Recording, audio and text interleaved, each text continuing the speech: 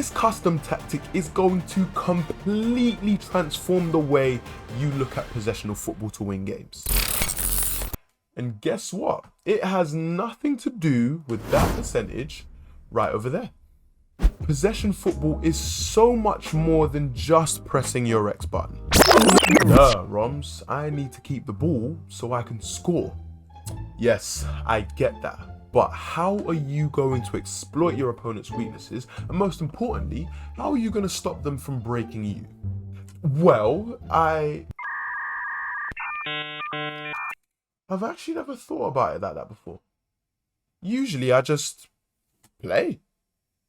FIFA players need to start thinking about why they need to keep the ball. And that's where a lot of us are going wrong. Failing to plan is planning to fail. We're going to start this mindset shift by picking the 4-1-2-1-2 narrow formation. Personally, I like the balance it provides regardless of the result in a game. If you notice the gameplay footage in this video, I'm actually 1-0 down for most of the game. I use this exact tactic to turn the game around. And instead of going with the boring slow build up and possession, we're actually going to change that and go to fast build up and possession.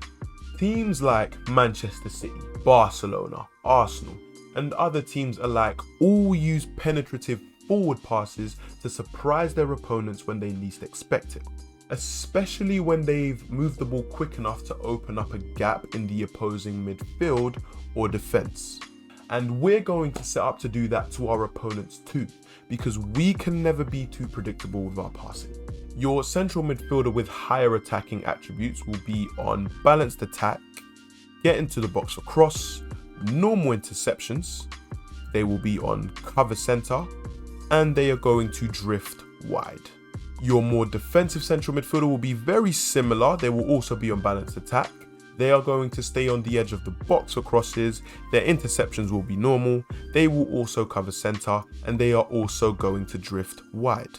Your central attacking midfielder will have their defensive support on stay forward, they're also going to get into the box for cross, they're going to have a free roam in terms of their positioning freedom, and their interceptions are going to be aggressive.